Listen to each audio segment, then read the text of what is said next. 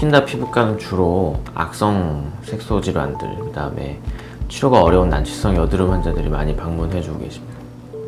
의료 시장이 워낙에 좀 왜곡되다 보니까 의사들이 결국 이제 어떤 수익을 위해서 미용 시장에 뛰어들 수밖에 없는 상황이거든요. 어떤 전문가와 상관없이.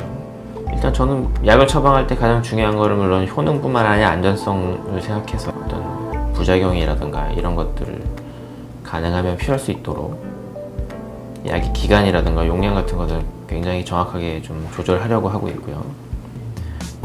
받음으로써 해서 발생했던 부작용 혹은 이제 민감성 피부화된 그런 피부를 갖고 계신 분들의 치료죠. 그래서 그런 분들한테 일반적인 치료를 그냥 적용했다가는 오히려 상황을 더 악화시킬 수 있기 때문에 그런 경우 반드시 현재 상태에 문제가 되고 있는 피부의 구조가 어떤 것인지를 먼저 파악하고 그걸 먼저 보고 나는 치료를 먼저 합니다.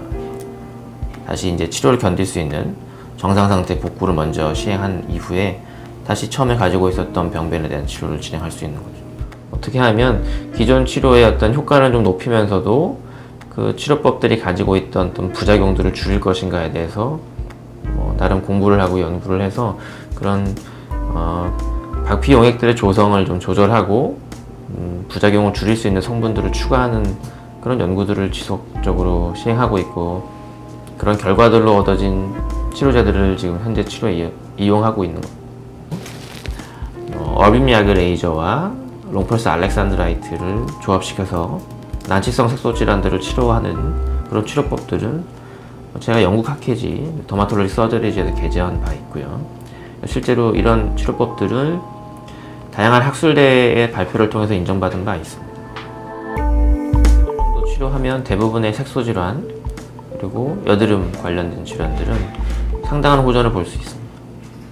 워낙에 우리나라에서 미용 시장이 활성화되다 보니까 치료 장비 업체에서 어떤 간단한 치료 프로토콜 같은 것들을 의사에게 역으로 제공하고 의사들은 그것 보고 그냥 시술하는 병원도 굉장히 많죠.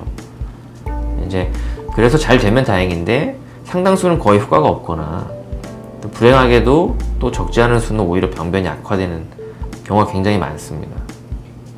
사실은 어느 의료기관을 선택하시든 간에 반드시 그 의사가 정말 기미 치료를 해서 긍정적인 결과들을 보여주고 있는 것인지 그런 증거들을 좀 확인하시고 치료를 시작하시는 것이 좋죠.